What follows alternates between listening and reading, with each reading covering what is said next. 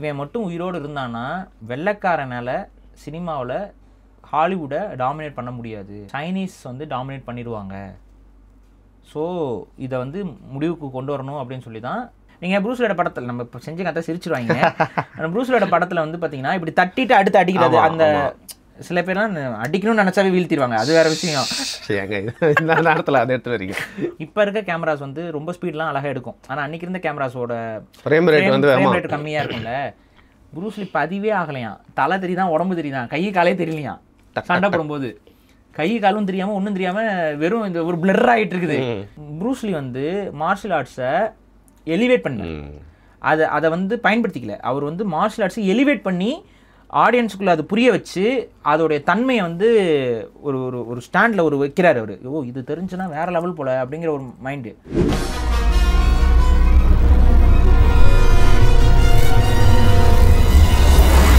வணக்கம் வருண் டாக்ஸ் நேயர்களே. இந்த தலைப்பு வந்து நீங்கள் தான் சஜஸ்ட் பண்ணீங்க. மைக்கேல் ஜாக்சனை பற்றி பேசணும்னு ரொம்ப நாளாக யோசிச்சுட்டே இருந்தோம். அதுக்கான சரியான சந்தர்ப்பம் அமைஞ்சப்போ வந்து பாரியாளர் கூட சேர்ந்து வருண் டாக்ஸ் சேனலில் போன வாரம் நம்ம மைக்கேல் ஜாக்சனை குறித்து ஒரு பாட்காஸ்ட் போட்டோன்னே அடுத்து யார் பேர் வரும்னு எனக்கு தெரியும். ஏன்னா மோஸ்ட் இன்ஃப்ளூயன்ஷியல் பீப்புள்னு சொல்லுவாங்க. ஒன்று அவங்களோட கருத்துக்களால், இல்லை அவங்களோட கலையினால், இல்லை அவங்களோட ஃபிலாசபி, இந்த மாதிரி நிறைய விஷயங்கள் சொல்லிட்டே போகலாம். இப்படி பல விதங்களில் வந்து சில பேர் தான் வந்து பார்த்திங்கன்னா காலங்கள் தாண்டியும் மக்களோட மனசுல இருந்து மட்டும் இல்லாமல் பல கலைப்படைப்புகள் அவங்களோட இன்ஃப்ளூயன்ஸ் வந்து இருந்துகிட்டே இருக்கும் அப்படின்னு சொல்லலாம். அப்படி ஒரு 10 இன்ஃப்ளூயன்ஷியல் பீப்புள் ஹிஸ்ட்ரியில் நீங்கள் எடுத்துக்கிட்டீங்க அப்படின்னா வந்து மைக்கேல் ஜாக்சனாக இருக்கட்டும், இல்லை இவர் ப்ரூஸ்லி அவரோட பேர் வந்து இடம் பெறாமல் இருக்கவே இருக்காதுன்னு சொல்லலாம். ஏன்னா அவர் எல்லாருமே ஒரு மார்ஷியல் ஆர்டிஸ்ட்டாக மட்டும் தான் பார்ப்பாங்க. பட் அவர் அது மட்டும் இல்லை, ஒரு ஃபிலாசபர், ஒரு ஆக்டர், ஒரு டைரக்டர், அது மட்டும் இல்லாமல் புதுசாக நிறைய விஷயங்களை வந்து சிந்திச்சு அதை மக்கள்கிட்ட வந்து சொல்லிட்டு போனவர். போயம்லாம் கூட வந்து எழுதியிருக்காரு. அந்த வகையில் இன்னைக்கு ப்ரூஸ்லி பற்றி பாரியாளர்களோட பார்வை என்ன கருத்து, ஏன் இவ்வளோ இன்ஃப்ளூயன்ஸ் பண்ணார் மக்களை அப்படிங்கிறத கேட்டு தெரிஞ்சுக்கலாம். வணக்கம். வணக்கம். ப்ரூஸ்லி மாதிரியே வணக்கம் சொல்லலாம், பார்த்தா உங்களுக்கு தெரிய மாட்டேங்குது. ப்ரூஸ்லி மாதிரி வணக்கம் பண்ணுறது என்னமோ மாதிரி பண்ணுறீங்க. அது நம்ம ஊரில் சண்டை வலிக்கிற மாதிரி பண்ணிட்டேன் நான். ப்ரூஸ்லி பத்தி லொல்லு சபால ஒருத்தர் ஐயோ ப்ரூஸ்லியோட பாட்காஸ்ட்ல போய் லொல்லு சபா ஒரு சம்பந்தமே இல்லாம வர்றாரு உள்ள. யா ஸோ எல்லாரையுமே ஏதோ ஒரு வகையில் இன்ஃப்ளூயன்ஸ் பண்ணியிருப்பார். ஏன் இன்றைக்கி சூப்பர் ஸ்டார் அப்படின்னு சொல்லப்படுற ரஜினிகாந்த் வந்து பார்த்திங்கன்னா சிவாஜி அண்ட் ப்ரூஸ்லி கிட்ட இருந்து தான் ஸ்டைல்ஸை எடுத்து அவருக்குள்ளே இன்கார்பரேட் பண்ணுறாரு. இன்னொருத்தர் அமிதாப் பச்சன், அப்புறம் சத்ருவன் சின்ஹா, அது மாதிரி சொல்லிட்டு பல படங்கள் அந்த அமிதாப் பச்சன் பார்த்து தான் அப்படியே அதை படத்தை பண்ணியிருப்பாங்க. அதை எடுத்து இவரோட முகத்துலேருந்து இவரோட ஸ்டைலில் ஒரு மாதிரி வரப்போ வேறு மாதிரி டிஃப்ரெண்ட்டாக வருது கலவையாக. ஸோ அப்படி இருக்கிறப்போ வந்து ப்ரூஸ்லி வந்து எல்லாருமே ஒரு விதமாக அஃபெக்ட் பண்ணியிருப்பாரு. நான்லாம் வந்து பார்த்திங்கன்னா வந்து இல்லாத 10 ஆட்கள் கூட நிறையா சண்டை போட்டிருக்கேன் அவரோட படத்தெல்லாம் பார்த்துட்டு. நானே எனக்கு சுற்றி 10 பேர், அதை நம்ம எல்லாருமே பண்ணி பார்த்துருப்போம் இல்லையா. ஏன்னா நிஜ லைஃப்ல எப்பவுமே வந்து படத்தை பார்த்து சண்டை போடுற அதே வந்து வராது. ஒன்று ஓடிடுவோம், அடி வாங்குவோம், அடிலாம் அடி வாங்குவோம். அந்த இந்த படத்துல நம்ம ஒரு படத்துல லஜக் மொஜக் இதை சொல்றோம்ல, இந்த மாதிரி ஒவ்வொரு வகையா இன்ஃப்ளூயன்ஸ் பண்ணியிருப்பாரு. உங்களுக்கு வந்து ப்ரூஸ்லி ஏன் பிடிக்கும், நீங்க அவரை எப்படி பாக்குறீங்கன்னு சொல்லுங்க. எனக்கு எங்கள் அப்பா தான் ப்ரூஸ்லி வந்து இன்ட்ரடியூஸ் பண்ணார். எங்கள் அப்பா வந்து கராத்தே பிளாக் பெல்ட். அவர் நியூஸ் டு மீ. ஆமாம், முன்னாடியே அவருக்கு கராத்தே கிளாஸஸ்லாம் நடத்திட்டு இருந்தார் ஊட்டியில் இருந்த வரைக்கும். அதுக்கப்புறம் பொள்ளாச்சி ஒன்ஸ் வந்ததுக்கப்புறம் நீங்கள் கற்றுக்கிட்டீங்களா? கொஞ்சம் ஆரம்ப காலகட்டத்தில் கொஞ்சம் சொல்லி கொடுத்துருந்தாரு. அப்புறம் நமக்கு அதில் இன்ட்ரெஸ்ட் இல்லாமல் போயிடுச்சு. இன்ட்ரெஸ்ட் இல்லை, அதுக்கு அந்த நேரமும் இல்லை. நம்ம ஸ்கூலிங் வந்து எப்படிங்க இருக்கும், நம்ம ஸ்டேஜில் உங்களுக்கே தெரியும், அதிகமாக ஒர்க்கு கொடுப்பாங்க, அதுக்கே நமக்கு நேரம் இருக்காது. படிப்பை தாண்டி தான் எக்ஸ்ட்ரா கரிக்குலர் ஆக்டிவிட்டி, படிப்பை தாண்டி எக்ஸ்ட்ரா கரிக்குலர் ஆக்டிவிட்டிக்கே நேரம் இல்லாமல் இருக்கும். நம்ம ஸ்டேஜ் இப்போ எஜுகேஷன் மாறிடுச்சு. ஓப்பனாக சொல்கிறேன், இப்போ இருக்கிற எஜுகேஷன் வேறு மாதிரி இருக்குது. இப்போ நாங்கள்லாம் படிக்கும்போது இப்போ குழந்தைங்க படிக்கிற புக்கெல்லாம் எடுத்து பார்த்தா படமாக போட்டு பார்க்குறக்கே அந்த புக்கை பார்க்குறக்கு ஆசையாக இருக்குது. அதுதான் உண்மை. நம்மலாம் இருக்கும்போது பார்த்துருக்கீங்களா புக்ஸு, குழந்தைங்க புக்காக இருக்கும்போதே இது ஏதோ இலக்கிய இதில் இருக்கிற மாதிரி இருக்கும், தப்பிச்சு ஓடணும் போல இருக்கும். அதான் புக் அப்படி திறந்தாவே அப்படியே வெறுப்பா. அதனால தான் பல ஓவியங்களை நம்ம வரைஞ்சிருக்கோம். அந்த சைடில் இந்த பக்கம் ஒரு செடி இருக்கும், இந்த பக்கம் ஒரு காக்கா இருக்கும், ஆம்பளை பொம்பளை ஆக்குறது பொம்பளை. ஐ மீன் தப்பா எடுத்துக்காதீங்க, அந்த மீச வரையறத சொல்கிறேன், எல்ஜிபிடி. ஆமாம். ஸோ அது மாதிரிலாம் பண்ணிட்டு இருப்போம். ஸோ அது நேரம் இல்லாதனால நம்மளால் அதில் பெருசாக அதில் உள்ளே போகல. ஆனால் எனக்கு சின்ன வயசுலேயே அப்பா வந்து அதை எப்படியாவது கற்றுக் கொடுத்துடணும், எப்படியாவது இது பண்ணிடணும்னு சொல்லிட்டு டெய்லியும் காலையிலலாம் பண்ணிட்டு இருப்பார். அப்புறம் இது இருக்கும், சரி விடுங்க. அப்புறம் ஞாயிற்றுக்கிழமை அது நடக்கும். அப்போ சரி, அந்த டைமில் வந்துட்டு இந்த டெக்கு தானே, டெக் கேசட்டு, அதில் ப்ரூஸ்லி படங்கள் இருக்கும். நான் அதுக்கப்புறம் அந்த எனக்கு லேப்டாப் ஒன்று வாங்கி கொடுத்தாங்க. அந்த இதில் தான் முதல்ல சிடி போட்டு படங்கள் நானாக பார்க்க ஆரம்பிச்சதெல்லாம் அந்த டைமில் தான். அப்போ பக்கத்தில் ஒரு அந்த ஒரு இது இருக்கும், அந்த சிடி கடைகள். ஆமாம், அப்போல்லாம் சிடி கடைகள் தான் மாசு. புது குட்டிகளுக்கு தெரியவே தெரியாது அப்படின்னா என்னன்னு. சிடி கடைகள் இருக்கும். அந்த சிடி கடைக்கு ஸ்கூல் முடிச்சுட்டு அவர் வரும்போது எதென்ன படம்லாம் இருக்குன்னு கலெக்ட் பண்ணிட்டு வருவார். அதில் வந்து அவர் எல்லா ப்ரூஸ்லி படத்தையும் எடுத்துட்டாரு. ப்ரூஸ்லி படங்கள் ரொம்பலாம் இல்லை, மொத்தம் ஒரு 5 படம் தான், அவ்வளோதான். அந்த 5 படம் தான். அந்த 5 படமும் கலெக்ஷன் வந்து ப்ரூஸ்லி அப்படின்னு சொல்லி ஒரு சிடி எங்கள் வீட்டில் இருந்துச்சு. அந்த சிடியை வந்து நான் உட்காந்து பார்த்துட்ருப்பேன். நானே எங்கள் அப்பா எல்லாரும் உட்காந்து பார்த்துட்ருப்போம். சில நேரங்கள் அப்பா வந்து இதை திரும்ப போடு அப்படிம்பாரு, அந்த சீனை வந்து திரும்ப போடு. ஏன்னா அவர் கராத்தே கட்டாசு அதெல்லாம் பண்ணுறதுனால அவருக்கு அந்த ஒரு டெக்னிக்கை பார்க்குறதுக்கு திரும்ப போடு அப்படிம்பாரு. அதே மாதிரி பண்ணி நாங்களாம் பார்க்கும்போது இதை திரும்ப போகணும்னா திரும்ப நாங்கள் வாய்ப்பு இல்லை பெரிய விஷயம். இப்போ வந்து பரவாயில்ல. இப்போ இது நான் சொல்கிறதே பல வருஷங்களுக்கு முன்னாடி, நான் சின்ன பையனாக இருக்குமா. ஆமாம், அப்போ ரொம்ப எத்தனை வருஷம் இருக்கும், நான் காலேஜ்லாம் இல்லை, நான் ஸ்கூலில் 10th early 2000s பாருங்க, 9th இல்லைன்னா 10th அந்த டைம், சிடி கடலாம் அந்த டைம் தான். ஸோ அப்போ வந்துட்டு இது திரும்ப பார்த்துட்டு இருப்போம். எனக்கு அப்படி தான் வந்து ப்ரூஸ்லியோட அந்த 5 படமும் ஓப்பனாக சொன்னால் மனப்படமாக தெரியும் அது என்ன scene, big boss, enter the dragon. அது வந்து எனக்கு அந்த படம் பேர்லாம் கொஞ்சம் கன்ஃபியூஸ் ஆகும். ஆனால் உள்ள கதை போனோன்னே அடுத்த சீன் என்னன்னு எல்லாமே தெரியும். ப்ரூஸ்லியோட ஃபைட் சீக்வன்ஸ் எல்லாமே தெரியும். அது இல்லை, எனக்கு ப்ரூஸ்லி படத்தை அந்த 5 படத்தையும் ஒட்டுக்கா பார்த்தீங்கன்னு வைங்களேன், உங்கள் நடைய மாறிடும். இது நிறைய பேருக்கு இது வந்து உணர்ந்துருப்பீங்க. அது வந்து ப்ரூஸ்லியோட அந்த கை சைகைகள், நடை, இதெல்லாமே வந்து ஒரு அடிக்டிவாக இருக்கும் நமக்கு. நீங்கள் வேணால் சேலஞ்ச் எடுத்து பாருங்கள், எத்தனை வேணால் ட்ரை பண்ணி பாருங்கள் வீட்டில், நல்லா இருக்கும். அந்த 5 படமே நல்லா தான் இருக்கும், நீங்கள் பார்க்கலாம். பழைய படமாக இருந்தாலும் சூப்பராக இருக்கும். அந்த ஃபஸ்ட்டு அதுலேருந்து ஆரம்பித்து ஃபைனல் 5வது படம் முடிச்சுட்டு நீங்கள் கண்டிப்பாக ப்ரூஸ்லிகிட்டேருந்து ஏதாவது ஒரு ஸ்டைலே எடுத்துருவீங்க. உங்களை அறியாமே அந்த ஸ்டைல் உடம்புல ஒட்டும். நீங்கள் நடக்கிறதுலேருந்து, நீங்கள் செய்கிறதுலேருந்து, கை செய்கிறதுலேருந்து எல்லாத்துலேயும் அந்த ஸ்டைல் வந்து ஒட்டிடும். இல்லை பார்க்குற பார்வையில் கூட மாறும். அந்த ஆக்டிங் கிளாஸ் போகும்போது சொல்லுவாங்க, நம்ம தமிழ்நாட்டில் இருக்க எல்லா ஆண்களுக்குள்ளேயும் ரஜினி இருக்கான், முதல்ல ஒரு ஆக்டர்னா முதல்ல ரஜினியை வெளில எடுக்கணும் அப்படின்னு சொல்லிட்டு அதுக்கே ஒரு கிளாஸ். அது ரொம்ப இன்ஃப்ளூயன்ஷியல் ப்ரூஸ்லி, நீங்கள் சொல்கிற மாதிரி உடனே ஒட்டிக்கும். ஆமாம், அந்த 5 படத்துலேயே ஒட்டிக்கும். ஆனால் ரொம்ப துரதிருஷ்டவசமான நடிகராகவும் ப்ரூஸ்லி பார்ப்பேன். காரணம் என்ன அப்படின்னு பார்த்தீங்கன்னா, எவ்வளோ பொட்டன்ஷியல் அந்த மனுஷனுக்கு. 5 படமும் மரண ஹிட்டுனா ஹிட்டு, மரண ஹிட்டு 5 படமும். நிறைய பேர் அந்த கன்ஸ்பிரசி உருவானதுக்கு காரணமே இவன் மட்டும் உயிரோடு இருந்தான்னா வெள்ளைக்காரனால் சினிமாவில் ஹாலிவுட்டை டாமினேட் பண்ண முடியாது, சைனீஸ் வந்து டாமினேட் பண்ணிடுவாங்க. ஸோ இதை வந்து முடிவுக்கு கொண்டு வரணும் அப்படின்னு சொல்லி தான் ப்ரூஸ்லியை கொலை செய்து விட்டார்கள் அப்படிங்கிற ஒரு கன்ஸ்பிரசியை உருவாச்சு. ஏன்னா அந்த 5 படமும் எத்தனை நாள் ஓடிட்டு இருக்குன்னு நினைக்கிறீங்க உலகம் முழுக்க? திரும்பி 100 நாள் 150 நாள்னு திரும்ப பார்த்துக்கிட்டு இருப்பாங்க. தமிழ்நாட்டில் ப்ரூஸ்லி படம் 100 நாளுகளை தாண்டி ஓடிட்டு இருக்கும். ஓடி தேட்டரில் சண்டை நடக்குமா? ப்ரூஸ்லி படம்னாலும் தேட்டரில் சண்டை நடக்கும்னுவாங்க. அதுதான். அப்போ இப்படி ஒரு சுச்சுவேஷனை வந்து ப்ரூஸ்லி கிரியேட் பண்ணிவிட்டார் அப்படின்னோடனே ஹாலிவுட் ஆக்டர்ஸ்னால ஒன்றுமே பண்ண முடியல. இல்லை, இன்னொரு ஒரு சுவாரஸ்யமான தகவல் இருக்குது. என்டர் த டிராகன் படத்தில் ஆக்சுவலாக என்டர் த டிராகன் வந்து ப்ரூஸ்லி இறந்ததுக்கப்புறம் தான் ரிலீஸ் ஆச்சு. அது வந்து 6 நாளோ 7 நாளோ கழிச்சு தான் ரிலீஸ் ஆச்சு. ஆனால் அந்த படமா இல்லை அதுக்கு முன்னாடி படமா? வே ஆஃப் த டிராகனா என்டர் த டிராகனான்னு தெரியல. இல்லை, என்டர் த டிராகன் தான் வந்துட்டு ஹாலிவுட் வார்னர் பிரதர்ஸ் ப்ராப்பராக வெளில வந்து எடுத்தது. அதுக்கப்புறம் தான் ப்ரூஸ்லி இறந்துடுறாரு. ஏன்னா வார்னர் பிரதர்ஸ் வந்து உள்ள இதில் இன்வால்வ் ஆகி ப்ரூஸ்லியை கொண்டு வந்துட்டாங்க, ஹாலிவுட்டுக்கு கொண்டு வந்தாங்க. அது வரைக்கும் வந்தது ப்ரூஸ்லி படங்கள் எதுவுமே ஹாலிவுட் கிடையாது, ஹாங்காங் மூவிஸ் தான். அது இங்கிலீஷ் டப் பண்ணி தான் ரிலீஸ்ட் ஆகிட்டு இருந்துச்சு. இது ஹாலிவுட் டைரெக்டாக ப்ரூஸ்லியே ஒரே ஒரு படம் தான் எடுத்தாங்க, வார்னர் பிரதர்ஸ் தான் எடுத்தாங்க. அவங்க எடுத்துட்டாங்க அப்படின்னா அந்த படமும் செம்ம ஹிட்டு, அது கண்டிப்பாக ஹிட் ஆக போகுதுன்னு தெரியும். இதுக்கு மேலே ப்ரூஸ்லி ஃபீல்டுக்குள்ளே இருந்தான் அப்படின்னா அங்கே இருந்த அந்த டைமில் இருந்த அத்தனை ஹாலிவுட் ஆக்டர்ஸும் பொட்டியை சாத்திட்டு கிளம்புறது தான். நம்மளால் அவனுக்கு ப்ரூஸ்லிக்கு எதிரில் போய் நம்மளால் ஒரு ஆக்ஷன் ஹீரோவாக நிற்கவே முடியாது அப்படிங்கிற ஒரு இடத்துக்கு வந்துட்டாங்க. ஸ்க்ரீன் ப்ரெசன்ஸுக்கு நிற்க முடியாது. அப்போ ப்ரூஸ்லி இருக்கக்கூடாது. இது வந்து அன்றைக்கி இருந்த ஹாலிவுட் உச்சம் தொட்ட நடிகர்களுடைய மைண்ட் செட்டு அப்படிங்கிறது இருந்துச்சு. நீங்கள் இன்னொன்று கவனிச்சிங்கன்னா ப்ரூஸ்லி நிறைய பேர் புகழ்ந்து பேச மாட்டாங்க Hollywood actors. Once upon a time in ஹாலிவுட்னு ஒரு படம், அதில் வேணும்ட்டே டாரண்டினோ படம் தான். பிராட் பிட்டும் ப்ரூஸ்லியும் நிஜமாக இப்போ சந்திச்சு ப்ரூஸ்லியோட மார்ஷியல் ஆர்ட்ஸை பிராட் பிட் அசிங்கப்படுத்தி ப்ரூஸ்லியை அசிங்கப்படுத்தி பண்ணுற மாதிரி வச்சிருப்பாங்க. அது வந்து ஈஸ்ட் மேலே வெஸ்ட்டுக்கு இருக்கிற ஒரு வெறுப்பு மாதிரி. அந்த வெறுப்பு வந்து அவங்க யாருக்கும் ப்ரூஸ்லியே பிடிக்கல. ஆனால் இவங்களோட படங்கள் இந்த அளவுக்கு ஓட ஆரம்பிக்குது, ஹாலிவுட் அங்கே போக ஆரம்பிக்குது அப்படின்னா நம்ம கண்ட்ரோல் இருக்காது அப்படிங்கிறத மனசில் வச்சுட்டு தான் அந்த சம்பவம் நடந்ததாகவே சொல்லுவாங்க. ஏன் நான் சொல்கிறேன்னா, அவ்வளோ ஃபிட்டாக இருந்த மனுஷன், அவ்வளோ ஒழுக்கமாக இருந்த மனுஷன், 32 வயசில் ப்ரூஸ்லி இறந்தாச்சு. எப்படிடா இறந்தார் அப்படின்னு பார்த்தீங்கன்னா, அவர் அஃபிஷியலான தகவல் என்னன்னு பார்த்தீங்கன்னா பிரெயினில் வந்து ஹேம்ரேஜ் மாதிரி ஏதோ ஒரு இந்த பிரெயின் வந்து சொல்லாகி ஏதோ இதாயிருச்சு அப்படிங்கிறது தான் அவங்க சொன்ன தகவல். சிலர் சொன்ன தகவல் என்னன்னு, இன்னொரு கன்ஸ்பிரசி சொல்கிறது என்னென்னா, இதில் எதுன்னு நமக்கு தெரியாது, அவருடைய மனைவியே வந்து அவருக்கு வந்து ஸ்லோ பாய்சன் கொடுத்துட்டாங்க அப்படிங்கிற ஒரு அப்படி ஒரு கதை ஒன்று இருக்குது. இன்னொரு கதை வந்து ப்ரூஸ்லி வந்து சில இது ப்ராக்டிஸ் பண்ணும்போது வந்து உடம்புல வந்து கரண்ட் ஏற்றிக்கிட்டு ப்ராக்டிஸ் பண்ணுவார், மீட்டர் போட்டு ஏற்றுவாருலாம் சொல்லுவாங்க. அதான் கரண்ட் போட்டு ப்ராக்டிஸ் பண்ணுவார், அது வந்து ஓவர் டோஸ் ஆச்சு, அவருக்கு வந்து பிரெயின் இதாயிடுச்சு அப்படின்னு சொல்லுவாங்க. ஸோ இந்த 3 இது இருக்குது, எதுன்னு தெரியாது.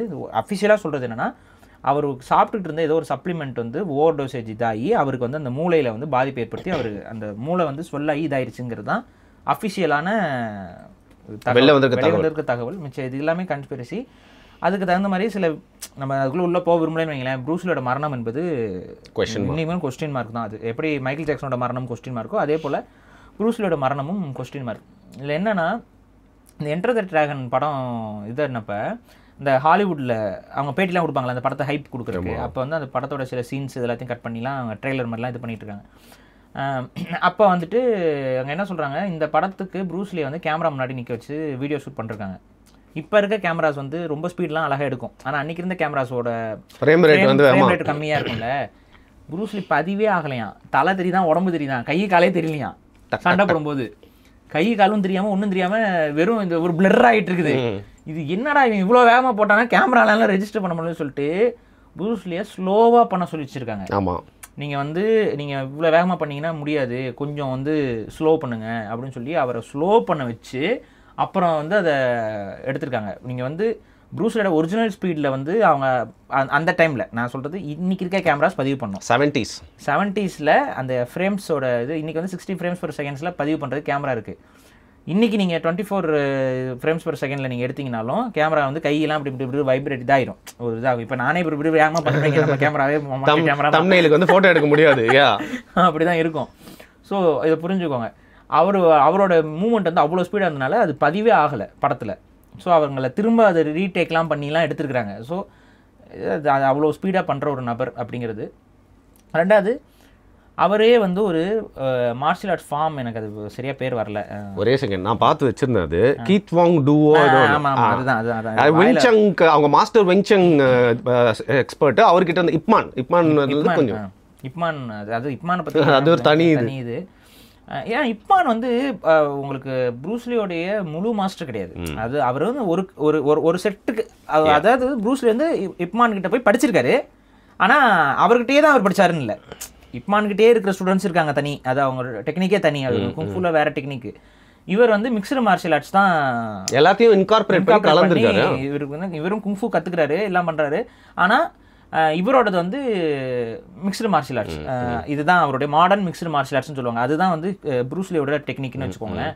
அந்த டெக்னிக்கில் இன்னும் சில அதாவது பிளாக் அதிகமாக இருக்கிற மாதிரியான ஒரு ஸ்டைலை வந்து ப்ரூஸ்லி வந்து கொண்டு வந்தார். இந்த சென்ஸ் டிஃபென்ஸை அதிகப்படுத்தி அந்த டிஃபென்ஸ் வித் அது டிஃபென்ஸ்க்கு அடுத்த அட்டாக் அப்படிங்கிற அந்த ஒரு கான்செப்டில் நீங்கள் ப்ரூஸ்லியோட படத்தில் நம்ம இப்போ செஞ்சு கதை சிரிச்சிருவாங்க. அந்த ப்ரூஸ்லியோட படத்தில் வந்து பார்த்தீங்கன்னா இப்படி தட்டிட்டு அடுத்து அடிக்கிறது, அந்த சில பேர்லாம் அடிக்கணும்னு நினச்சாவே வீழ்த்திடுவாங்க, அது வேற விஷயம். அதை எடுத்து வரீங்க பட் ஆனால் தட்டிட்டு அடிக்கிறதுங்கிற அந்த ஒரு கான்செப்ட் இருக்குல்ல, அந்த கான்செப்டை வந்து முதல்ல இன்ட்ரடியூஸ் பண்ணி அந்த இதை வச்சு அவரோட அந்த ஒரு எதுன்னு சொன்னீங்களே, என்னது எனக்கே திருப்பி மறந்து கிக் வான் டூ வா, இது வந்து ஒரு தனி ஒரு டூ, இது ஏதோ என்னமோ வான் டூ, நம்ம ப்ரூஸ்லி டூன்னு சொல்லி வச்சுருவோம். ப்ரூஸ்லியின் புதுவே டூ இப்போதான் படிச்சு மறந்துச்சு. அதுதான் எனக்கு ஞாபகம் நிற்காதது. ஸோ அந்த மாதிரி ஒரு புது ஸ்டைலையும் அவர் உருவாக்கியிருக்காரு. இதெல்லாம் எப்போ செஞ்சிருக்காரு, தன்னுடைய 32 வயதுக்கு முன்பாகவே. சின்ன வயசுலேருந்தே ப்ரூஸ்லி ஆக்சுவலாக சினிமாவில் நடிச்சிட்டு இருந்தார், ஹாங்காங் மூவிஸில். அவங்க அப்பாவும் எனக்கு தெரிஞ்ச ஏதோ ஒரு சினி பேஸ்டான சம்மந்தப்பட்ட ஒரு தொழில் தான் அவர் பண்ணிட்டு இருந்திருக்காரு. அவர் சைனீஸ்ல, அவர் ஹாங்காங் சிட்டிசன், பிரிட்டிஷ் சிட்டிசன். அவர் இது பண்ணிட்டு இருந்திருக்காரு. ஆக்சுவலாக வந்து ப்ரூஸ்லி பிறக்கிறது இதில் தான், வெளியில் கலிஃபோர்னியாவில் தான் பிறக்கிறாரு. ஆனால் வளர்றதுக்கு ஏதோ குடும்ப சூழல் காரணமாக சொந்த ஊருக்கு போயிடுறாங்க, ஹாங்காங்க்கு போயிடுறாங்க. பாரம்பரியமாக ஹாங்காங்லேருந்து இங்கே வந்து திரும்ப இங்கேருந்து அங்கே போயிடுறாங்க. ஹாங்காங்கில் தான் ஸ்கூலிங் இதெல்லாம் பண்ணுறாரு. அப்போ தான் மார்ஷியல் ஆர்ட்ஸ்லாம் கற்றுக்கிறாரு. உண்மையிலே சொல்கிறேங்க, இன்றைக்கி வரைக்கும் சைனாவில் ஹாங்காங் போன்ற பகுதிகளில் மார்ஷியல் ஆர்ட்ஸ் வந்து அவ்வளோ பெஸ்ட்டாக சொல்லிக் கொடுக்குற இடங்கள் இருக்குது. ஆப்வியஸ்லிங்க, அதுதான் அது வந்து அவங்க வந்து ஒரு கல்ச்சுரல் ப்ரைடாக பண்ணுறாங்க. ஸோ அந்த டைம்லேயும் அது அப்படி தான் இருந்துச்சு. ஸோ அங்கே போயிட்டு தான் அவர் சின்ன வயசுலேருந்தே கற்றுக்கிறாரு. இதன் மூலமாக சின்ன சின்ன நட்சத்திரங்கள்ல அவர் அப்படியே நடிச்சிட்டு இருக்காரு. சினிமாவிலையும் அவர் கொஞ்சம் நடிச்சிட்டு இருக்காரு. Side actor. இதுக்கப்புறம் திரும்ப வந்து படிக்கிறதுக்காக தன்னோட 16 வயசுல வந்துட்டு இங்கே வந்துடுறாரு. திரும்ப யூஎஸ்க்கு வந்துடுறாரு. அங்கே தான் ஒரு அவர் திரும்ப காலேஜில் அந்த அது என்னமோ ஸ்கூல்னு சொல்லுவாங்களே, அதான் காலேஜ் மாதிரி ஆல்மா மேட்டரா என்னமோ அந்த இது ஸ்கூலில் படிக்கிறாங்க. அப்புறம் வந்து என்ன ஆகுதுன்னு பார்த்தீங்கன்னா, இந்த காலகட்டத்தில் தான் வந்துட்டு திரும்ப அவருக்கு வந்து கொஞ்சம் ஒரு லீட் ரோல்ஸ் நடிக்கிறதுக்கு ஏதோ ஒரு படத்தில் நடிக்கிறாருங்க, ஒரு சின்ன கதாபாத்திரத்தில். அந்த கதாபாத்திரம் வந்து இதே சண்டை போடுறது தான். ஓகே, கிரீன் ஹார்னெட்டோ ஏதோ ஒரு படத்தில் நடிக்கிறேன். அதில் ஒரு சின்ன கதாபாத்திரத்தில் அவர் வந்து ஒரு சின்ன சீக்வன்ஸ்க்கு வருவார். அந்த சின்ன சீக்வன்ஸில் அவருக்கு வந்து ஒரு பேர் வந்தோடனே இவரே மெயின் லீடாக எடுக்கலாம் அப்படின்னு சொல்லிட்டு தான் வரிசைக்காக ஒரு 4 படம் எடுக்கிறாங்க. சின்ன சீனை பார்த்துட்டு ஒருத்தனோட பொட்டன்ஷியலை வந்து ஐடென்டிஃபை பண்ணி இந்த பையனுக்கு வந்து பயங்கர திறமை இருக்குது அப்படின்னு சொல்லிட்டு தான் அடுத்தடுத்து நடிக்க வைக்கிறாங்க. அதில் அதான் 4 படம் நடிக்கிறாரு. அந்த 4 படமும் மொதல் படமே ஹிட்டு, மரண ஹிட்டு. 2வது படம் அடுத்த ஹிட்டு, 3வது படம் அடுத்த ஹிட், பேங்கர். இது அடிச்சு அடிக்கும் போது அது எல்லாமே ஹாலிவுட்லேயும் டப் பண்ணி போது ஹாலிவுட்லேயும் ஹிட் ஆகுது, உலகம் முழுக்க ஹிட் ஆகுது. எங்கே படம் தமிழ்நாட்டில் ஹிட் ஆகுதுங்க எல்லாம். ப்ரூஸ்லி படம் எல்லாமே தமிழ்நாட்டில் ஹிட்டு. அது நீங்கள் சொன்னீங்களே 90s எப்படா மைக்கேல் ஜாக்சன் வந்து நமக்குள்ளே சேர்ந்தாரு, எந்த மீடியம்லடா, அந்த மாதிரி ப்ரூஸ்லி வந்து எல்லா ஊருக்கும் போயிட்டாரு. அதான் ப்ரூஸ்லியும் வந்து எந்த ஊர்லேருந்து வந்தார் ஒன்றுமே புரியல, எல்லாம் பார்க்குறாங்க. அப்போ ஆட்டோமேட்டிக்காக பெரிய ஒரு இம்பேக்ட். அந்த பெரிய இம்பேக்டில் ஹாலிவுட் வந்து சரி எப்படியாவது ப்ரூஸ்லியை வந்து முழுசாக நம்ம எடுக்கணும் அப்படின்னு என்டர் த டிராகன் வந்து முழு ஹாலிவுட் மூவி. அது வரைக்கும் எல்லாமே ஹாங்காங் ஃபிலிம் இண்டஸ்ட்ரி அது மூலியமாக தான் வந்துச்சு எல்லாம். இது வந்து முழுக்க இது ஹாலிவுட்டில் கால் எடுத்து வச்சாரு, முடிச்சு விட்டாங்க. இதுதான் அவரோட படம் வெளியில் வரதுக்கு முன்னாடி அவர் உயிர் போயிடுச்சு. யூஸ் பண்ணியிருந்துருக்கலாம்ல, எப்படி ஒருத்தனை முடிச்சு விட்றாங்க அப்படின்னு தெரியல. ஏன்னா இவனோட திறமை நம்ம எல்லாரையும் தூக்கி சாப்பிட்றோம் அப்படிங்கிறது அவங்களுக்கு அன்னைக்கு யாரெல்லாம் இருந்தாங்கன்னு உங்களுக்கே தெரியும். அந்த டைமில் அந்த இந்தியானா ஜோன்ஸ் ஆக்டரு, நிறைய பேர், அந்த ஒருத்தர் துப்பாக்கி வச்சு சுட்டுட்டு இருப்பாரு, அதான் அவங்கெல்லாம் வந்து சும்மா வந்து ஆக்ஷன்லாம் இருக்காது, சும்மா ஜாலியாக ஒரு துப்பாக்கி சுட்டுட்டு அப்படி ஓடிட்டு வலிக்கிட்டு சறுக்கிட்டு அப்படி தான் பண்ணிட்டு இருந்தாங்க. ஜேம்ஸ் பாண்டோட பெரிய சாகசமே முத்தம் கொடுக்கறது, அப்புறம் சில பல விஷயங்கள் தானே அப்படி போயிட்டு இருந்த இதில் வந்து இவர் மாதிரிலாம் நம்மளால பண்ண முடியாது, இவர் அடிச்சுட்டேன்னு காட்ட முடியாது, இந்த மாதிரி பண்றவங்களை அடிக்கிறேங்க மாதிரியும் காட்டுறதுக்கும் அது ஒரு திறமை வேணும்ல. இப்போ ப்ரூஸ்லி படத்துல நடிச்சவங்க இருக்காங்களா, அவங்களுமே இப்போ பயங்கரமான மார்ஷல் ஷக் நாரிஸ் நிறைய பேர் இருக்கிறாங்க. அதுல இல்ல எனக்கு முகத்தை பார்த்தா எனக்கு பேர்லாம் ஞாபகம் இல்ல. ஏங்க அந்த கொலோசியம் இருக்குல்ல ரோம்ல, அதுல ஒரு ஃபைட் நடக்கும் பாத்தீங்களா, அவரு சக் நாரிஸ், அவரை வச்சு ரஜினி ஜோக் மாதிரி நிறைய ஜோக் வரும். அவரும் பெரிய மார்ஷல் ஆர்டிஸ்ட் ஆக்சுவலி. ஸோ அவங்க எல்லாரும் அந்த இதெல்லாம் வந்து நான் சொல்றேனே இப்பவும் பார்க்கலாம். நீங்கள் ப்ரூஸ்லியோட படத்தை எடுத்து பாருங்கள், உங்களுக்கே வந்து உங்களை அறியாமலே அது உடம்புக்குள்ள ஒட்டிக்கும். கொஞ்ச நாளைக்கு வந்து நீங்கள் அப்படியே கொஞ்சம் எல்லாமே உங்களுக்கு சண்டையெல்லாம் தெரிஞ்ச மாதிரி ஒரு ஃபீல் கொடுத்துரும். போய் வம்பு இழுப்பீங்க, யாராவது முறைச்சா நானே போய் அடிப்பேன்னு சொல்லுவீங்க. ஸோ இதெல்லாம் நடக்கும். ஸோ இப்போ ஒரு பெரிய இம்பேக்ட். அவர் டேரக்டராகவும் மாறிட்டார். அவரே வந்து பார்த்தீங்கன்னா வந்து டைரக்ட் பண்ணுறாரு, அப்புறம் ஃபிலாசபி சொல்கிறாரு. இல்லை அது ஏன்னா கதை ஒன்று இருக்கும், கதையில் ஆக்சுவலாக ஆக்ஷன் சீக்வன்ஸ் வரும்பொழுது இவர் தான் மார்ஷியல் ஆர்ட்ஸ் பண்ண போகிறாரு. அப்போ எப்படி அந்த சீக்வன்ஸ் வைக்கணுங்கிறதையும் இவர் தான் கோரியோகிராஃப் பண்ணுவார். ஸோ ஓப்பனாக சொன்னால் அவர் நடிகர் ப்ளஸ் ஆக்ஷன் சீக்வன்ஸுக்கான ஸ்டண்ட் மாஸ்டர் எல்லாமே அவர் தான். அதில் ரொம்ப ஐகானிக்கான சில விஷயம்லாம் இன்றைக்கி வரைக்கும் நம்ம மனசுலேயே வந்து ஒட்டிக்கும். உதாரணத்துக்கு இந்த எம்ஜிஆர் வந்து அடி வாங்கிட்டு அடிக்கிறது அப்படிங்கிற மாதிரி ப்ரூஸ்லியும் சில நேரத்தில் பார்த்தீங்கன்னா அடி வாங்கிடுறாரு, அந்த ரத்தம் வெளில வந்துடணும். ரத்தம் வெளில வந்தோன்னா அதை வந்து சுவைச்சு பார்க்கறது. அப்புறம் அந்த நின்ஷாக் அதை இன்கார்பரேட் பண்ணி அது என்னன்னாங்க ஆக்சுவலாக நான் சிம்பிளாக சொல்கிறேன். இப்போ நம்ம தமிழ் படத்தில் ரொம்ப ஒரு தப்பு பண்ணிட்டு இருக்கோம். வில்லனை வந்து ஹீரோவுக்கு ஈக்குவலாக கொண்டு வரதே இல்லை, எலிவேட் பண்ணணும். ஆக்சுவலா மார்க் ஆண்டனி, என்னது மார்க் ஆண்டனி? அதாங்க பாஷாவோட வில்லன் வந்து மார்க் ஆண்டனி. ஓகே பாஷா, நீங்க மார்க் ஆண்டனி நீங்க எங்கேயோ இப்போ ஏதோ நடந்த பாட்டு. நான் இப்போ சொல்றேன், முன்னாடி இல்லை. இப்போ முன்னாடிலாம் வந்துட்டு வில்லனுக்கு வந்து எக்ஸாம்பிளுக்காக சொன்னேன், அது கரெக்டாக இருந்துச்சு. வில்லனுக்கு அந்த அந்த அந்த ப்ராப்பரான ஒரு இதை கொடுப்பாங்க, அந்த இடத்த கொடுப்பாங்க. ஆனால் இன்னைக்கு வந்து பார்த்தீங்கன்னா ஹீரோவுக்கு ஓவர் ஸ்பேஸை கொடுத்துட்டு வில்லனுக்கு வந்து அதுக்கான ஸ்பேஸே கொடுக்கறது இல்லை. அப்போ இது என்ன ஆயிடுதுன்னு பார்த்தீங்கன்னா, அந்த வில்லன் வந்து நம்ம மைண்ட் செட்டில் எப்படியும் ஹீரோ அடித்து ஜெயிச்சிருவாரு அப்படிங்கிற ஒரு மைண்ட் செட் நமக்கு வந்துடுறதுனால நமக்கு சுவாரஸ்யம் இருக்கிறது இல்லை. இப்போ அப்படி தான் இந்த கடைசி அந்த லியோன்னு ஒரு படம் பார்த்தேன். லியோ இல்லை சாரி, இது பயப்படுறீங்களே, இதுங்க கூலி. கூலி எனக்கு எல்லாம் ஒரே பாட்டு இருக்காங்க, கன்ஃபியூஸ் ஆகுதுங்க. ரஜினி படம் கூலி எதுவுமே இல்லை, வெறுத்துட்டேன். நான் தேட்டருக்குலாம் போய் பார்க்கல, இத்தனைக்கும் ஓடிடியில் தான் பார்த்தேன். என்ன படம் இது? ஒரு புல்லரிப்பு சீனே இல்லவே இல்லையே. புல்லரிப்பு இல்லை, என்ன அது படம்? என்ன எதுக்கு கசாப்பு கடையை கொண்டு வந்து இதில் வச்சு வெட்டிட்டு இருந்தாப்புல? ஆரம்பத்திலே ஹாஸ்டலில் கசாப்பு கடையை வச்சு வெட்டிட்டு இருக்காப்புல. எதையோ ஒரு கான்செப்டை போட்டு என்னத்தையோ போட்டு எடுத்து என்ன கூலிங்களுக்கு எதாவது ஆச்சு அப்படின்னா டே கூலிங்களோட ஆர்கனை வச்சு தான் இவ்வளோ நாள் இது பண்ணிகிட்டே இருக்காங்க இவங்க. ஒன்றும் சரி இது முழுக்க பாருங்க. அதில் என்ன அந்த படத்தோட பெரிய குறை என்ன தெரியுமா? வில்லன் இன்னும் யாரு? நாகார்ஜுனா கேரக்டர் ரொம்ப மொக்க. வில்லனை வந்து நீங்கள் மல்டிபிள் வில்லன்னு போட்டு எந்த வில்லனுக்கும் ஒரு வெயிட்டே கொடுக்காம மொக்கையாக்கி விட்டு நீங்கள் நாகார்ஜுனாவெல்லாம் வேஸ்ட் பண்ணிட்டீங்க. அந்த இதில் போட்டு மொக்கையாக்கி விட்டு ஒன்றும்லாம் ஆக்கி விட்டு அப்போ என்ன ஆகுதுன்னா நமக்கு அந்த ஒரு ரஜினி வந்து ஒரு பெரிய இடத்த நான் ஓப்பனாக சொல்கிறேன். படையப்பா படத்தில் நீலாம்பரிக்கு ஒரு வெயிட் கொடுத்துருப்பாங்கல்ல, அந்த வெயிட்டு கொடுக்கணும் வில்லனுக்கு. இப்போ ஏன் அதை நான் சொல்கிறேன் அப்படின்னா, ப்ரூஸ்லி வந்து என்ன பண்ணுவாருன்னா அந்த வில்லனுக்கு ஒரு வெயிட் கொடுப்பாரு. எப்படி வெயிட் கொடுப்பாருன்னு பாருங்க. முதல்ல வில்லனோட அடியாளுக்கு இருப்பாங்க.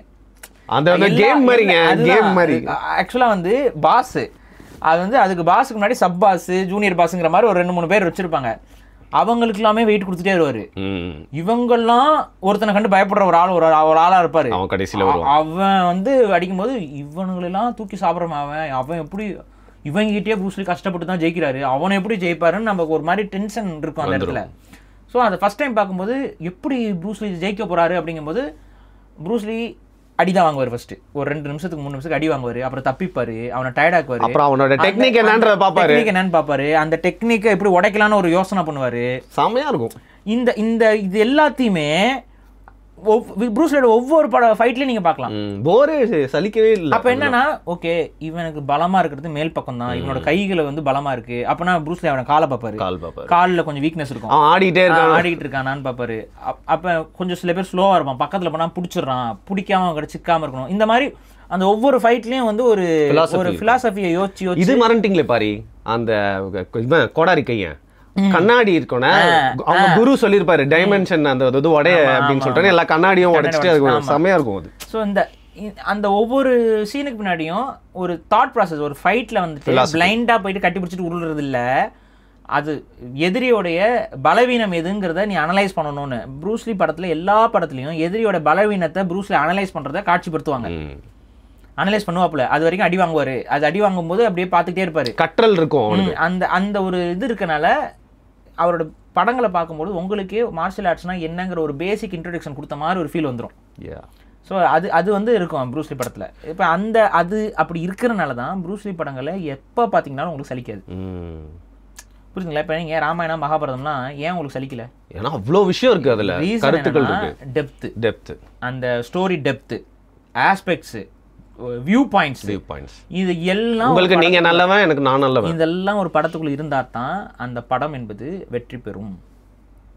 இப்ப நீங்க சமீபத்தில் லைன் கிங்னு ஒரு படம், நம்ம ஆரம்பத்தில் பார்த்த லைன் கிங்ல பேர் என்ன, அந்த ஸ்கார் முஃபாசா.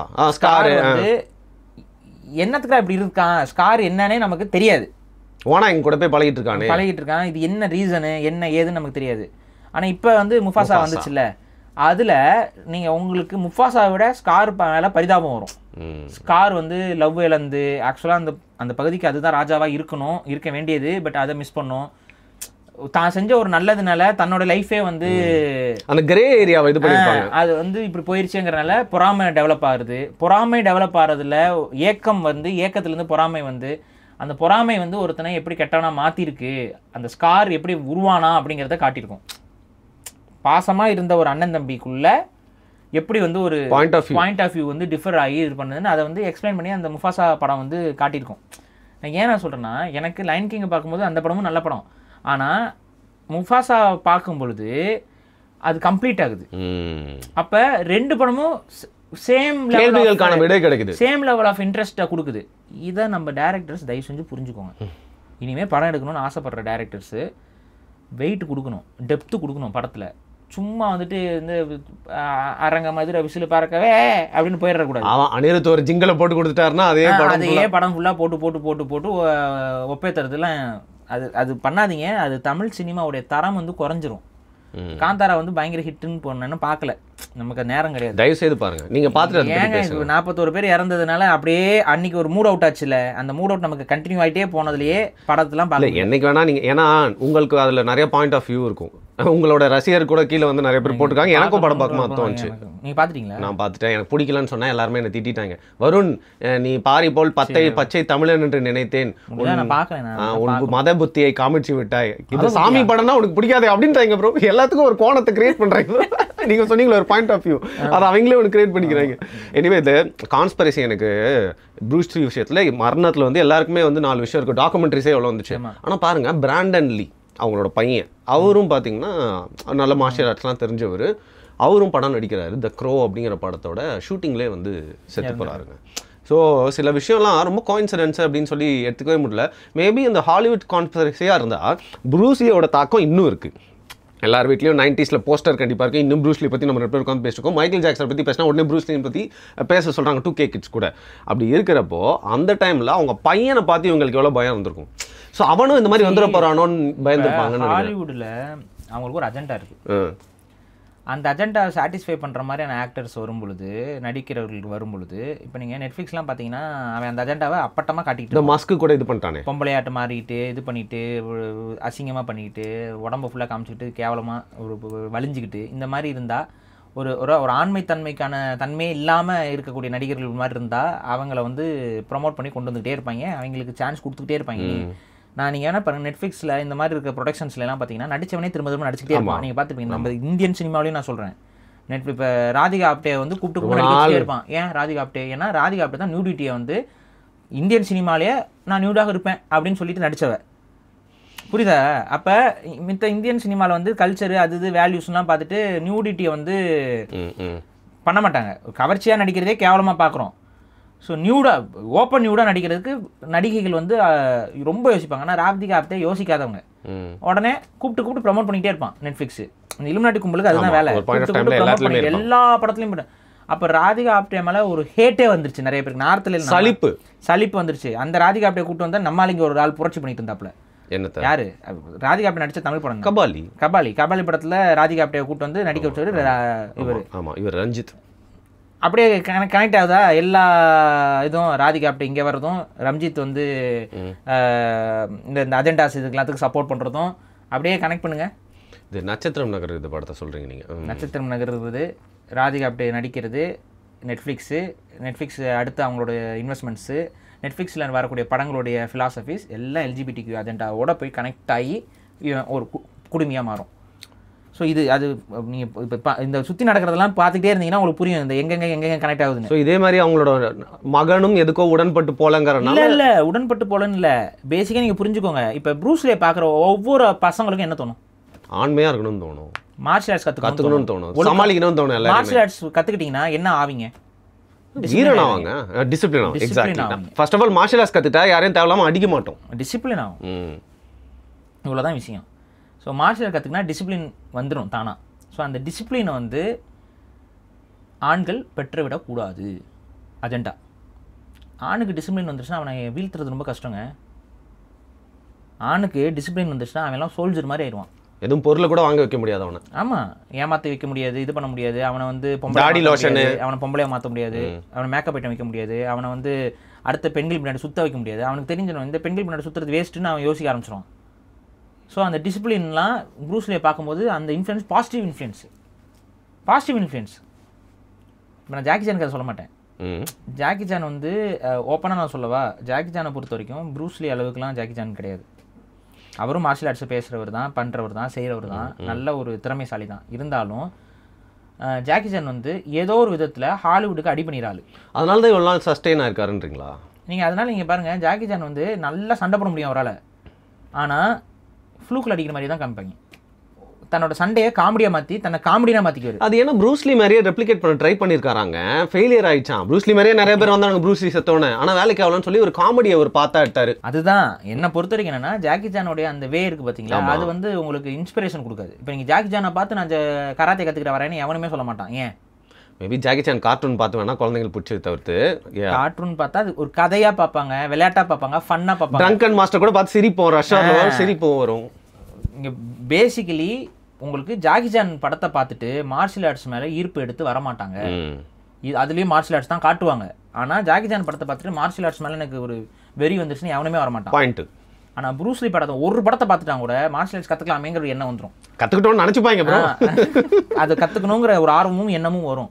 ஏன் அப்படின்னா ப்ரூஸ்லி வந்து மார்ஷியல் ஆர்ட்ஸை எலிவேட் பண்ண அதை வந்து பயன்படுத்திக்கல. அவர் வந்து மார்ஷியல் ஆர்ட்ஸை எலிவேட் பண்ணி ஆடியன்ஸுக்குள்ளே அது புரிய வச்சு அதோடைய தன்மையை வந்து ஒரு ஒரு ஒரு ஸ்டாண்டில் ஒரு வைக்கிறார் அவர். இது தெரிஞ்சுன்னா வேறு லெவல் போல் அப்படிங்கிற ஒரு மைண்டு. ஜாக்கி சானுக்கு நல்லாவே தெரியும் மார்ஷியல் ஆர்ட்ஸு, நல்ல ஒரு திறமைசாலி, தன்னை அவ்வளோ ரிஸ்க் எடுத்து பண்ணுவாப்புல. இருந்தாலும் அவர் எலிவேட் பண்ணல. அவர் வந்து சும்மா அது ஒரு விளையாட்டு போக்குலையே பண்ணி அது ஒரு என்டர்டைன்மெண்ட்டாக தான் அவர் பயன்படுத்தினார். அதனால ஜாக்கி சான் வந்து அவங்களுக்கு த்ரெட்டாக இல்லை. ஆல் டைம் ஹாலிவுட் ஆஸ்கர் கூட கொடுத்துட்டாங்க, லைஃப் டைம் அவருக்கு த்ரெட் இல்லை. அது வந்து ஜாக்கி சான் வந்து நீங்கள் நடிக்கிறீங்க, ஆடுறீங்க, ஓடுறீங்க, ஜாலியாக சுற்றுறீங்க, வரீங்க, அதோட அவங்க த்ரெட்டாக பார்க்கல ஜாக்கி சான். நல்ல மனுஷன் தான், நான் கெட்ட மனுஷன்லாம் சொல்ல, எல்லாருக்கும் பிடிக்கும் ப்ரோ ஜாக்கி. நல்ல மனுஷன் தான். ஆனால் அவங்க ஹாலிவுட்டை பொறுத்த வரைக்கும் ஜாக்கி சானை ஈஸியாக ஓவர்டேக் பண்ண முடியும் அவங்களால. ஆனால் ப்ரூஸ்லி அவங்களால ஓவர்டேக் பண்ண முடியல. ப்ரூஸ்லி கொண்டு வர தத்துவங்களை அவங்களால ஓவர்டேக் பண்ண முடியல. மனுஷன் தத்துவம்லாம் எழுத ஆரம்பிச்சிட்டார்ல, பி எ வாட்டர் அப்படிங்கிறாருல. Water shape. இன்னொன்று பார்த்துருப்பீங்க, ஒரு பையன் சிஷ்யம் இருப்பான், அவன் வந்து ஏதோ டிப்ஸு கேட்பான், அங்கே மூணை பாருன்னு இவன் விரல பார்ப்பான், பட்டுன்னு மண்டையில் அடிச்சு it's not the finger moon அப்படி சொல்லிட்டு எப்படிங்க ஒரு. ஏன்னா முகமது அலியும் பார்த்தீங்கன்னா என்னது sting like bee float like butterfly. சில பேர்கிட்ட அவங்க திறமையும் தாண்டி ஒரு ஃபிலாசபியும் இருக்குது. அது ரெண்டுமே இன்கார்பரேட் ஆனவொன்னே இது மாதிரி பெருசாக வெளில வரும் போல இருக்கு. ஒரு துறையில் முழுமையான திறமை அடையும் பொழுது அதோடைய தத்துவ நாணங்களை உணர்ந்திருப்பீங்க. அதை கடந்த தத்துவமும் உங்களுக்கு புரிய வந்திருக்கும். டெடிகேஷனாக இருந்தால் அந்த டெடிகேஷனோட உச்சத்தை தொடும்பொழுது தத்துவம் தானாக வரும். அதுதான் விஷயம். ஸோ ப்ரூஸ்லிக்கு அதே தான். அவர் மார்ஷியல் ஆர்ட்ஸில் ஒரு ஒரு ஒரு ஒரு உச்சத்தை தொட்டுட்டார். அந்த உச்சத்தை தொட்டுற நேரத்தில் அவருக்கு அவரோட அண்டர்ஸ்டாண்டிங் வந்து பெரிய அளவு புரியும். உனக்கு தெரியும் அப்படிங்கிறது முக்கியம் கிடையாது, செயல்படுத்து அப்படிங்கிறது. இதெல்லாம் வந்து ப்ரூஸ்லியோடைய பொன்மொழிகள். அது இருக்கும், நிறைய பேர் ஒட்டி வச்சிருப்பாங்க, நிறைய இருக்கும். உனக்கு தெரியுங்கிறது பத்தாது, செயல்படு அப்படிங்கிறது. அப்போ இந்த மாதிரியான தத்துவங்கள்லாம் வருதுன்னா அந்த அளவுக்கு அவருடைய மைண்ட் வந்து கிளியராக இருந்திருக்கு. எப்பவுமே ஒரு டிஸ்டர்ப்டு மைண்ட்னால ஒரு நல்ல தத்துவத்தை சொல்ல முடியாது. ஒரு கிளியர் மைண்ட்னால தான் ஒரு நல்ல தத்துவத்தை உருவாக்கவும் முடியும், சொல்லவும் முடியும். ஸோ ப்ரூஸ்லியோட மைண்ட் வந்து ரொம்ப ஓப்பனாகவும் கிளியராகவும் இருந்துச்சு.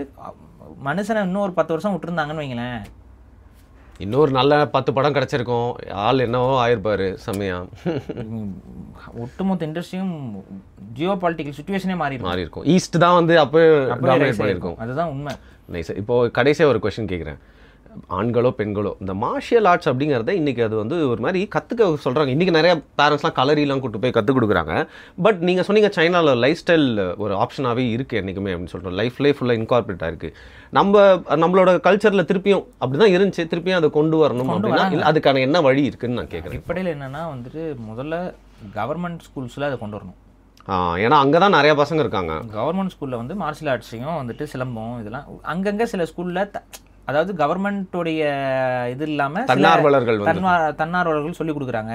கவர்மெண்ட் ஸ்கூல் பசங்களும் சொல்லிக் கொடுக்குறாங்க. அது அங்கே இருக்கக்கூடிய ஹெச்எம் இவங்களுடைய முடிவில் இருக்கும். அது இது பண்ணுவாங்க. ப்ரைவேட் ஸ்கூல்ஸில் வந்து இதெல்லாம் வச்சிடறாங்க. ஓரளவுக்கு பெரிய அளவு ப்ரைவேட் ஸ்கூல்ஸ் எல்லாமே மார்ஷியல் ஆர்ட்ஸுக்கெல்லாம் கிளாஸஸ்லாம் தனித்தனியாக இருக்குது. அதெல்லாம் நிறையா இருக்குது. ஸோ நம்ம என்னென்னா கவர்மெண்ட் ஸ்கூலில் கொண்டு வந்துட்டிங்கனாவே அதை பார்த்து எல்லாருக்குமே அது ஓரளவுக்கு புரிதலாக வரும். ரெண்டாவது இந்த விஷயங்களில் அவங்களுக்கு கொஞ்சம் எக்ஸ்ட்ரா கரிக்குலரில் இதில் இந்த புரிதல் அவங்களுக்கு இருக்கிறதுனா ஒன்று தானே பாதுகாத்துக்கிறதுக்கு ஒவ்வொரு மனுஷனுக்கும் தெரியணும். அது தெரியாமல் இருக்கிறது நீச்சல் எப்படி தெரியணுமோ அதே மாதிரி இதுவும் தெரியணும். ஸோ இந்த கிளாஸஸ் எல்லாம் வந்து ஸ்கூல்ஸில் ஒரு அகாடமிக்காக கொண்டு வந்தால் பெட்டர். இதுக்கு ஒரு மார்க்கே கொண்டு வாங்கங்கிறேன் நான். ஒரு மார்க்கை கொண்டு வாங்க. அது மார்க்கை கொண்டு வந்தோன்னா ஆட்டோமேட்டிக்காக எல்லாரும் சேர்த்து விட்ருவாங்க. That's how it will come back into the culture. ஏன்னா அன்றைக்கி போர் இருந்துச்சு, இன்றைக்கி எல்லாருமே போர் செய்யணும்னு அவசியம் இல்லை.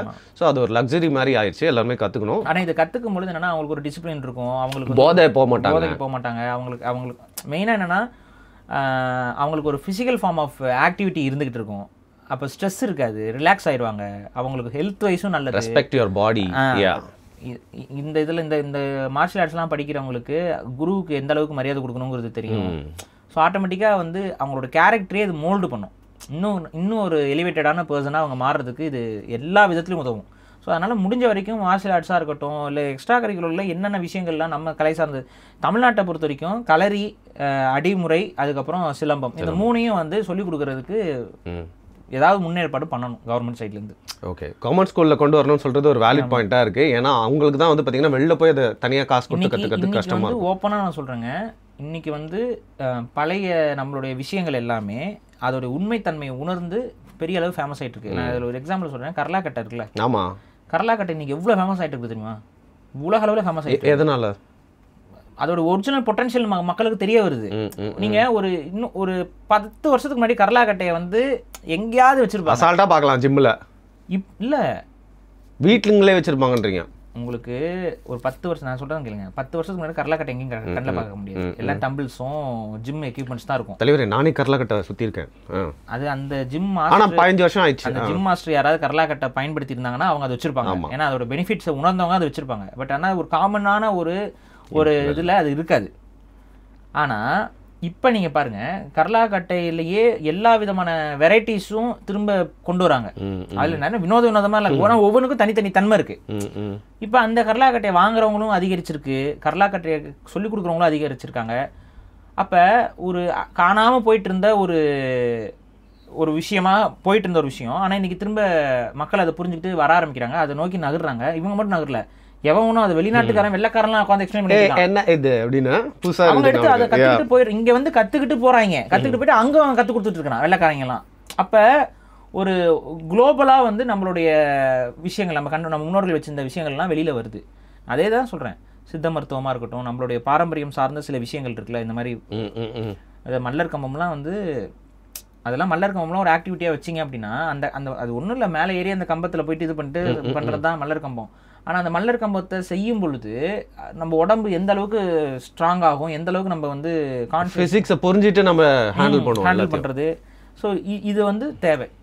ஸோ ப்ரூஸ்லியோட படத்தில் இருக்கிறத பார்த்துட்டு கற்றுக்கணும்னு நினைக்கிற பொழுது அது கற்றுக்கிறதுக்கான ஒரு ஆப்பர்ச்சுனிட்டி, வாய்ப்புகள் வந்து எல்லாருக்கும் இருக்கணும். அது இருந்தால் போய் கற்றுக்க ஆரம்பிப்பாங்க, நிறைய பேர் கற்றுக்குவாங்க. மெயினாக சொல்கிறேன், பசங்க பொண்ணுங்களை இருக்கவங்க இந்த மாதிரி மார்ஷியல் ஆர்ட்ஸ் கிளாஸுக்கு சின்ன வயசில் சேர்த்து விடுறது நல்லது. அதில் அவங்களுக்கு சில பேருக்கு ஆர்வம் இருக்கும், சில பேருக்கு ஆர்வம் இருக்காது. ஆர்வம் இருக்க பசங்க அதை பிடிச்சிட்டு போயிடுவாங்க. ஆர்வம் இல்லாதவங்களுக்கு அவங்களுக்கு வேற என்ன ஆர்வம், அவங்களுக்கு என்ன ஆர்வமோ அதை நோக்கி அது நம்ம பெற்றோர்கள் தான் அதை புரிஞ்சு கொண்டு போகணும். ஸோ அதை நீங்கள் பார்த்து பண்ணுங்க, பட் விட்டுறாதீங்கன்னு தான் நான் சொல்லுவேன். நைஸ். இப்போது ஒரு திரையில் வரக்கூடிய ஒரு ஹீரோவை மட்டும் இல்லாமல் ஒரு மனுஷன் வந்து வேர்ல்டு இந்த அளவுக்கு இன்ஃப்ளூயன்ஸ் பண்ணியிருக்காரு அப்படின்றனால தான் இத்தனை டீகேட்ஸ்க்கு அப்புறம் அவர் ஒரு டாப்பிக்காக இன்றைக்கி பாட்காஸ்ட்டில் எடுத்து பேசிகிட்டு இருக்கோம். மக்கள் வந்து அவரை பற்றி பேசுங்க அப்படின்னு சொல்லிட்டு வந்து கேட்குறாங்க. ரொம்ப தகுதியான ஒரு நபர் அப்படின்னு தான் நினைக்கிறேன். நல்லா இன்ஃப்ளூயன்ஸ் பண்ணியிருக்காரு. நிறைய சுவாரஸ்யமான விஷயங்கள், நிறைய ஆங்கிள்ஸில் வந்து ப்ரூஸ்லி பற்றி பேசிக்கணும்னு நினைக்கிறேன். மிக்க நன்றி பாரி. நன்றி.